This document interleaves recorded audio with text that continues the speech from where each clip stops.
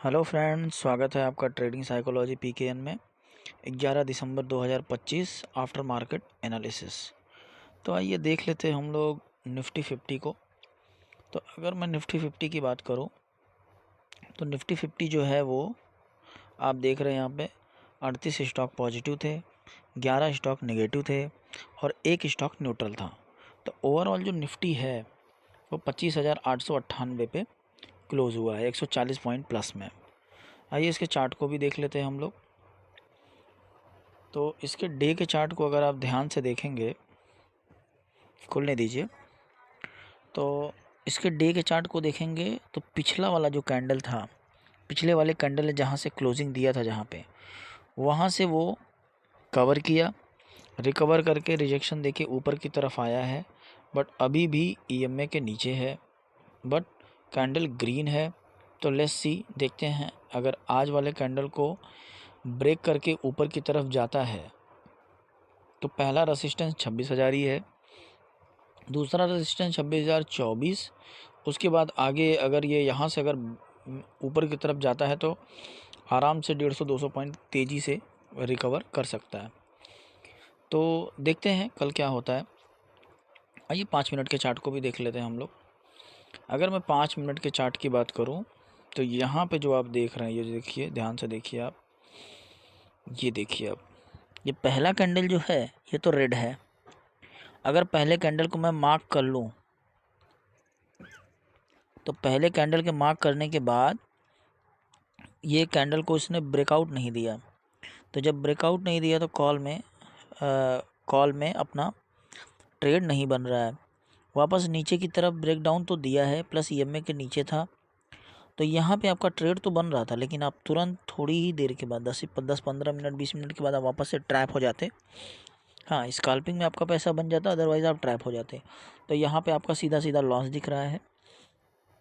वापस इसने जब अपने फर्स्ट डे के फर्स्ट कैंडल को जब वापस से उसने ब्रीच किया तो यहाँ पे आपका इस जगह पे देख रहे हैं आप, यहाँ पे ये देखिए, इस जगह के ऊपर जब गया है तो यहाँ पे आपका ट्रेड, इस जगह पे आपका ट्रेड बन रहा है। तो यहाँ से भी थोड़ा सा पॉइंट आपको मिलता, और अगर आप प्रॉफिट नहीं ले पाते तो आप देख रहे हैं यहाँ से बस इतना ही गया, उसके बाद वापस से पूरा का पूरा ट्रैप किया है अच्छा खासा। हालांकि इसी जगह पे मेरा लॉस हुआ है, और उसके बाद ट्रैप होने के बाद फिर वापस से ईएमए के ऊपर गया है। तो यहाँ पे इस वाले ईएमए के ऊपर ये वाला जो कैंडल आप देख रहे हैं, यहाँ पे वापस से जब नीचे आने के बाद यहाँ से यहाँ तक का राइड लिया है। तो ये आपका एक पॉजिटिव ट्रेड यहाँ पे बन रहा था। बट मॉर्निंग में जिस तरीके से ये सिस्टम बना हुआ था, काफ़ी लोग तो यहीं पे हिम्मत हार जाते हैं।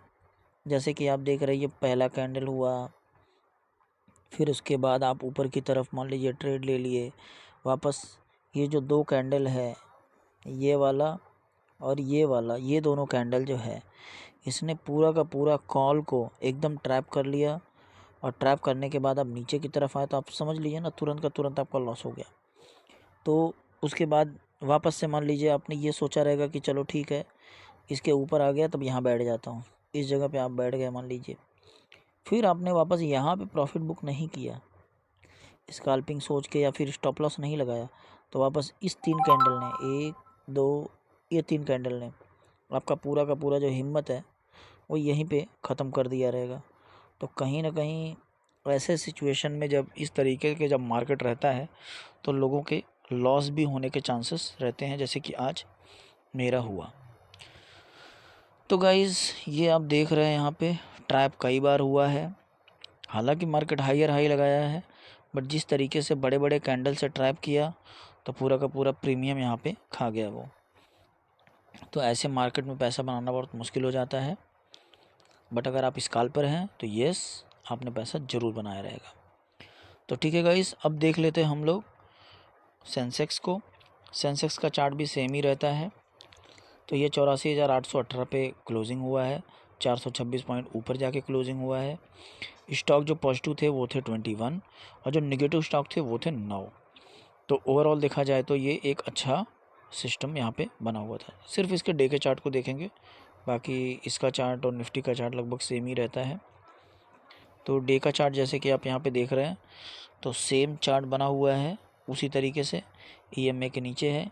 तो कल अगर आज वाले क्लोजिंग के ऊपर जाता है तो अच्छा खासा मूवमेंट दे सकता है। तो पहला रेसिस्टेंस 85,000 जो कि बहुत ही ज़्यादा नज़दीक है, और उसके बाद वो कम से कम कुछ नहीं तो 85,800 तक का मूवमेंट दिखा सकता है अगर एक अच्छा खासा रैली हुआ तो। चलिए बैंक निफ्टी की भी बात कर लेते हैं। बैंक निफ्टी में जैसे कि आप देख रहे हैं यहाँ पे, तो बैंक निफ्टी 59,209 पे क्लोज़ हुआ है, 249 पॉइंट ऊपर जाके क्लोज़ हुआ है। उसके बाद जो पॉजिटिव स्टॉक थे वो 8 थे, नेगेटिव स्टॉक 4 थे।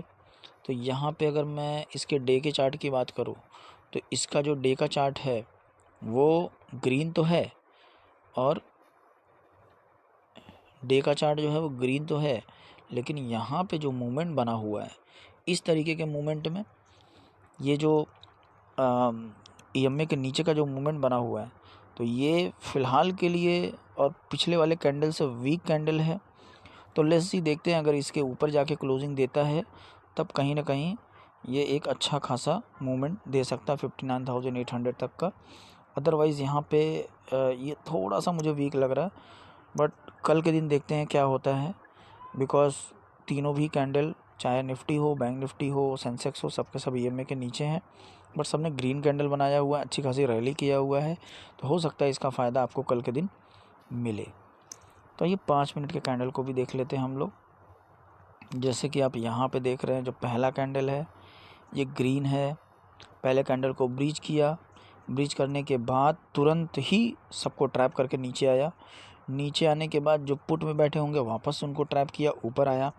तो अगर मॉर्निंग में कुछ लोग ट्रेड करते हैं, अगर ऐसे कंडीशन में आप तुरंत स्टॉप लॉस नहीं लगाया या स्टॉप लॉस नहीं लिया या फिर अपने आप को कंट्रोल नहीं कर पाए ऐसे सिचुएशन में इंट्राडे में, तो बहुत तेज़ी से लॉस होता है। जैसे एक बार यहाँ पे कॉल में बैठ गए, मान लीजिए यहाँ पे कॉल में बैठ गए, फिर उसके बाद देखे भाई 2 कैंडल रेड आया, नीचे आ गया, यहाँ पुट में बैठ गए, फिर उसके बाद यहाँ पुट में बैठ गए, फिर देखे कि यार EMA के ऊपर आ गया, फिर यहाँ पे कहीं पे कॉल में बैठ गए। तो ऐसे कंडीशन में फिर एक बार यहाँ पे कॉल में, फिर यहाँ पे पुट में, तो इतने में ही तो हालत ख़राब हो जाती है। फिर समझ में नहीं आता कि अगला ट्रेड करना है या फिर नहीं करना है। तो अब देखिए यहाँ पे EMA के ऊपर वापस से आया, EMA के ऊपर आने के बाद यहाँ पे तो आपका एक अच्छा खासा मूवमेंट कैप्चर हुआ है, और डे के एंड में वापस से नीचे की तरफ की रैली इसने दिखाई है। तो कई बार ट्रैप चला है, बट मॉर्निंग में ठीक था, मॉर्निंग का मूवमेंट ठीक था। अगर आप मॉर्निंग का मूवमेंट 10:30 बजे के आसपास देखेंगे तो वहाँ पे आपका एक हिसाब किताब सही था, वहाँ से आप पैसा बना सकते थे। तो गाइज़ आइए देख लेते हैं हम लोग इंडिया विक्स को। तो जैसे कि आप देख रहे हैं इंडिया विक्स आज और 4.5% गिरा हुआ है। तो 4.5% गिरा हुआ है, तो ओवरऑल जो है ये 12 के नीचे है, तो इसको पॉजिटिव ही माना जाता है। अब ऐसे कंडीशन में लोग ट्रेड करते हैं और अपना पोर्टफोलियो ग्रो करते हैं, इन्वेस्टिंग करते हैं, ये सारी चीज़ें करते हैं। और गिफ्ट निफ्टी की बात करूँ तो गिफ्ट निफ्टी 26,064 पे प्रेजेंट टाइम में ट्रेड कर रहा है, और जो निफ्टी है वो देख रहे हैं आपका क्लोजिंग, निफ्टी का जो क्लोजिंग है वो 25,898 मतलब 25,900 के आसपास क्लोज हुआ है। और गिफ्ट निफ्टी आप यहाँ पे देख रहे हैं तो गिफ्ट निफ्टी ऑलमोस्ट 164 पॉइंट ऊपर जाके ट्रेड कर रहा है। तो ये जो फ़िलहाल के लिए जो गिफ्ट निफ्टी का जो सिनेरियो बना हुआ है, ये एक हिसाब से देखा जाए तो पॉजिटिव बना हुआ है। तो गाइज़ अगर मैं FIs और DIs के डेटा की बात करूँ तो FIs और DIs ने में जो FIs है वो उन्होंने सेलिंग किया हुआ है 2020 करोड़ का, और जो DIs है उसने बाइंग किया हुआ है 3,796 करोड़ का। तो ओवरऑल जो है वो बाइंग हुई है 1,775 करोड़ की। तो FIs लगातार पैसा निकाल रहे हैं। सिल्वर काफ़ी हाई पे है, रुपी गिर रहा है। तो ये जो रुपी गिरना ये इंडिया के लिए बहुत अच्छी बात नहीं है। ऐसे सिचुएशन में जो क्रूड ऑयल है, चीज़ें हैं, वो सारी चीज़ें महंगी हो जाती हैं। जो भी आप बाहर से मंगाते हैं, जो भी आप इंपोर्ट करते हैं, तो ये सारी चीज़ें नेगेटिव में देखा जाता है। तो FIs ज़्यादा लगातार पैसा निकालते जा रही है, अगर एफ भी पैसा यहाँ पे डालती तो आई थिंक मार्केट के लिए बहुत अच्छा एक मूवमेंट बन सकता था। तो गाइज़, कभी भी आप ट्रेड करते अपने फाइनेंशियल एडवाइज़र से ज़रूर पूछें। We are not SEBI registered and please subscribe my channel and thank you so much. Have a great day.